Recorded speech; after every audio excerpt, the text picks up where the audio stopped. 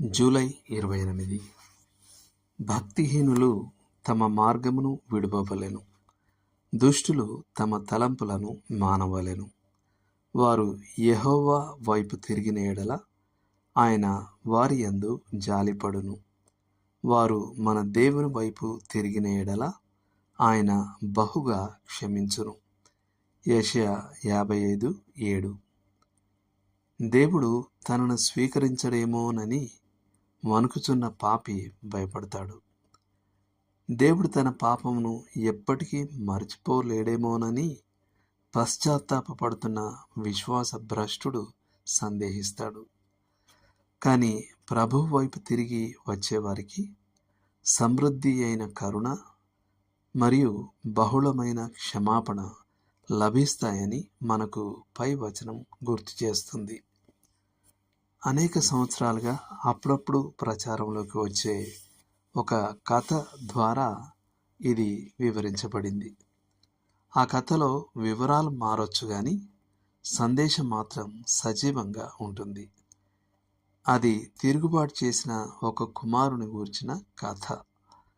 అతడు ఇంటిని విడిచి న్యూయార్క్కు వెళ్ళి పాపంలోనూ మరియు అవమానంలోనూ జీవించి చివరకు జైలు పాలయ్యాడు.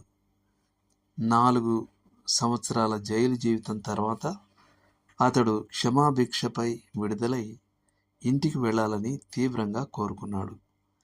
కానీ తన తండ్రి తనను స్వీకరించడేమో అన్న భయంతో అతడు కృంగిపోయాడు. తిరస్కరించబడటం అనే నిరాశను అతడు ఎదుర్కోలేకపోయాడు. చివరకు అతడు తన తండ్రికి తిరుగు చిరునామా లేకుండా ఒక లేఖ రాశాడు. తాను రాబోయే శుక్రవారం రైలులో వస్తానని చెప్పాడు. కుటుంబం తనను కోరుకుంటే ఇంటి ముందు పెరటిలో ఉన్న ఓక్ వృక్షానికి ఒక తెల్లని చేతి రుమాలను కట్టమని కోరాడు. రైలు వెళ్తున్నప్పుడు చెట్టుకు రుమాలు కనబడకపోతే తాను ఆగకుండా ముందుకు వెళ్ళిపోతానని చెప్పాడు. ఇప్పుడు అతడు రైలులో ఉన్నాడు. అత్యంత చెడ్డది జరుగుతుందని భయపడుతూ మొండిగా మరియు ఒంటరిగా కూర్చున్నాడు. ఒక క్రైస్తవుడు అతని పక్కన కూర్చున్నాడు. అనేక విఫల ప్రయత్నాల తర్వాత ఆ క్రైస్తవుడు చివరకు అతనితో మాట్లాడించి అతని కథను చెప్పించుకున్నాడు. వారు అప్పుడు అతని ఇంటికి 50 మైళ్ళ దూరంలో ఉన్నారు. తిరిగి వస్తున్న ఆ తప్పిపోయిన కుమారుడు భయానికి మరియు నిరీక్షణకు మధ్య ఊగిసలాడుతున్నాడు. 40 మైళ్ళు. తాను తన తల్లిదండ్రులకు తెచ్చిన అవమానాన్ని, వారి హృదయాలను ఎలా గాయపరిచాడో అతడు తలుచుకున్నాడు. 30 మైళ్ళు.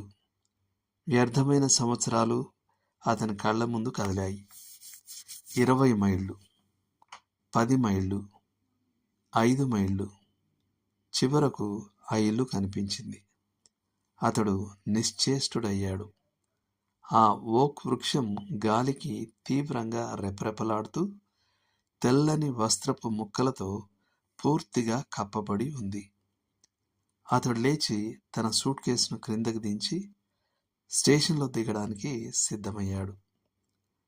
ఆ చెట్టు నిస్సందేహంగా సిలువను గూర్చి మాట్లాడుతుంది. చాపబడిన చేతులతో, అసంఖ్యాకమైన క్షమాపణ వాగ్దానాలతో అలంకరించబడి అది పశ్చాత్తాపపడిన పాపిని ఇంటికి తిరిగి రమ్మని ఆహ్వానిస్తుంది. తండ్రి ఇంటికి ఎంత గొప్ప స్వాగతం! దారి తప్పినవాడు తిరిగి వచ్చినప్పుడు ఎంత హద్దులు లేని క్షమాపణ! దేవుడు మిమ్మల్ని దీవించునుగాక.